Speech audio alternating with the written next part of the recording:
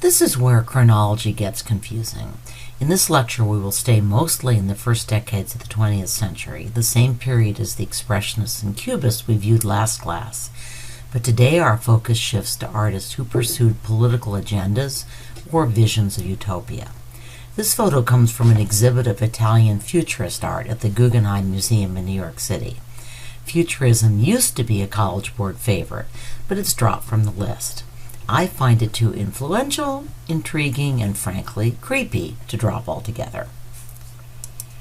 For much of this course, Italy was an epicenter of art. But in the early 20th century, many young Italians came to despise what they described as Italy's museum mentality. The futurists revered modernity, motion, and above all, speed.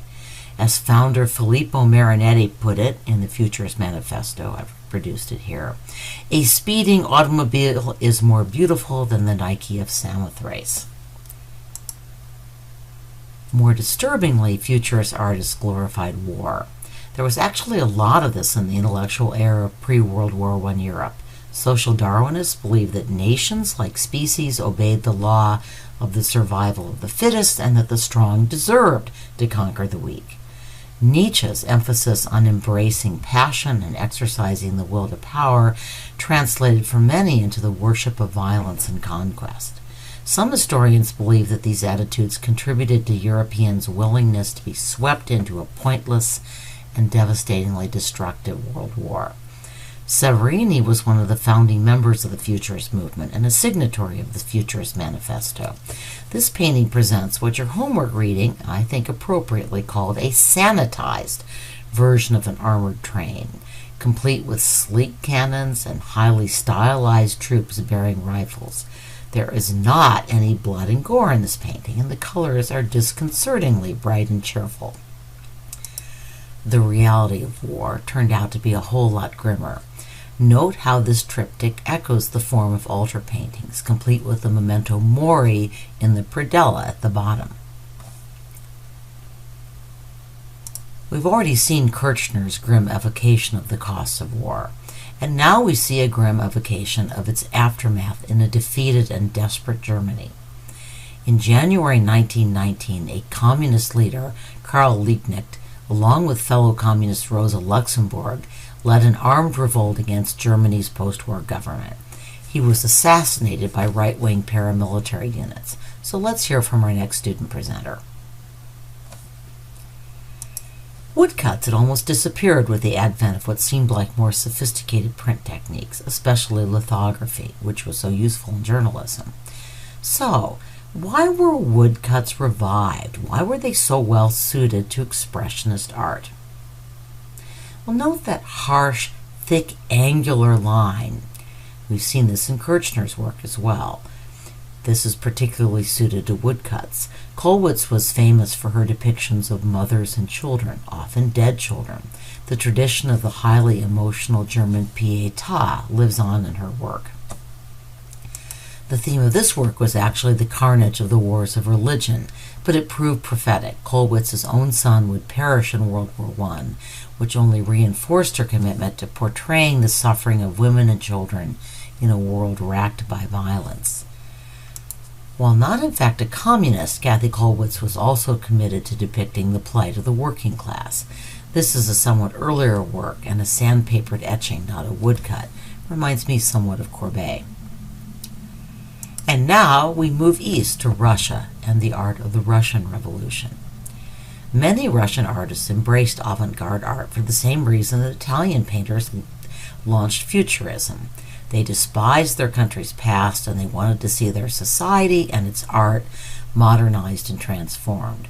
Suprematism was a Russian avant-garde movement that celebrated the supremacy of pure feeling, that is, of abstraction. Think Kandinsky. Its most famous proponent was Kazimir Malevich. Suprematism is also dropped off the list, but since it too was highly influential, I'm dropping it back in. You might ask Ms. Jacobs, by the way, why she finds white on white so intriguing. These two pro-Soviet propaganda posters both show the influence of Malevich and suprematism. But once the Russian Civil War was over, communist leaders called for art that would more clearly serve the revolution and help build a new society. Pure feeling was not going to be enough. So let's look at a video clip describing Soviet artists' responses, an artistic movement that came to be known as constructivism. We'll get to our own constructivist work very soon.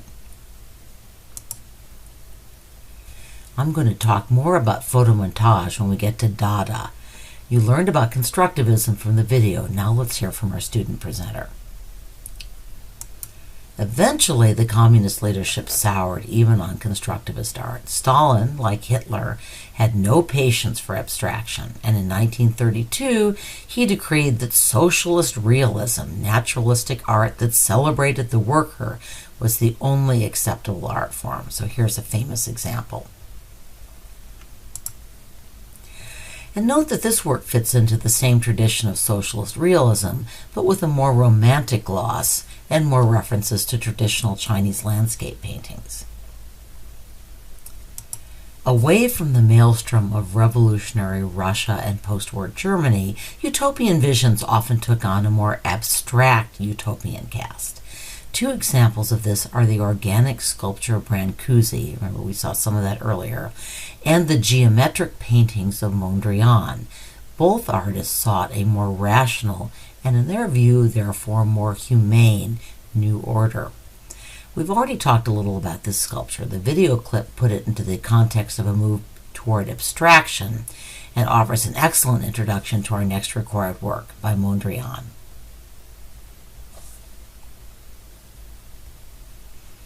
Sorry, my iPad's being uncooperative. The video did not include this label for the movement that Mondrian led, but you need to know it. I'll talk more about this style's wider impact in a moment, but first, let's hear from our next presenter. Okay, this is a little off topic and getting way ahead of our story, but Calder's moving sculptures, which otherwise are off the list, were heavily influenced both by Mondrian's paintings and by the early 20th century preoccupation with depicting movement and the relationship between time and space that we saw from the Futurists. This style's greatest impact, however, came in the field of architecture. I'll have a later lecture on architecture, but this work has dropped off the list, so I'll talk about it now and only briefly. Here is a De Stijl house constructed in the Netherlands. Note the assemblage of geometric shapes. This used to be a College Board favorite. The same architect also designed furniture for his open plan houses. Looks a bit like a furniture version of a Mondrian painting, doesn't it? And not very comfortable. In my next lecture, I leave this logical utopian world and take us to the wild worlds of Dada and Surrealism.